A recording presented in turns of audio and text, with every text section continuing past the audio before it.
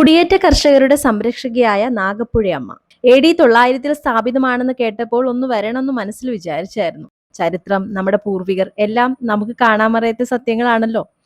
AD 900 സ്ഥാപിതമായതാണെങ്കിലും ഒരുപാട് നവീകരണ പ്രവർത്തനങ്ങൾക്കൊടുവിലാണ് ഈ കാണുന്ന രീതിയിലേക്ക് ഈ ദേവാലയം എത്തിച്ചേർന്നത്. ഒറ്റ നോട്ടത്തിൽ വ്യക്തമാണ്, വെൽ മെയിൻറ്റൈൻഡ് ആണ് ഈ ദേവാലയം എന്ന്. മരങ്ങളും കിളികളും പച്ചപ്പും മനസ്സങ്ങ് നിറയും. മൊത്തത്തിൽ വല്ലാത്തൊരു ശാന്തതയാണ് അവിടുത്തെ സ്പെഷ്യാലിറ്റി. പള്ളിയുടെ ചരിത്രം, പ്രധാന നേർച്ചകൾ എല്ലാം നമുക്ക് ചുമരിൽ കാണാവുന്നതാണ്.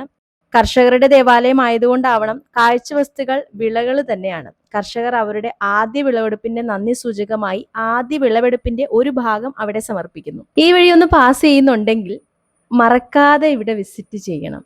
ഈ ദേവാലയത്തെക്കുറിച്ച് എനിക്ക് കൂടുതലൊന്നും അറിയില്ല. അറിയാവുന്നവര് പറഞ്ഞു തരാൻ മറക്കരുത്. കമന്റ് ബോക്സിൽ നിങ്ങൾക്ക് പറയാം എത്ര ബ്യൂട്ടിഫുൾ ആയിട്ട്, എത്ര നന്നായിട്ടാണ് അവരത് മെയിൻറ്റെയിൻ ചെയ്യുന്നതെന്ന് നമുക്കത് കാണുമ്പോഴേ മനസ്സിലാവും. നല്ല ശാന്തവും സമാധാനവുമുള്ള ഒരു അന്തരീക്ഷമായിരുന്നു അവിടെ. ഈ ഒരു എൻട്രൻസ് കണ്ടപ്പോഴാണ് എനിക്ക് ഇവിടെ ഒന്ന് വരണം തോന്നിയത്. എന്തോ പെട്ടെന്ന് ഇത്ര പെട്ടെന്ന് നടക്കുമെന്ന് ഞാൻ വിചാരിച്ചില്ല.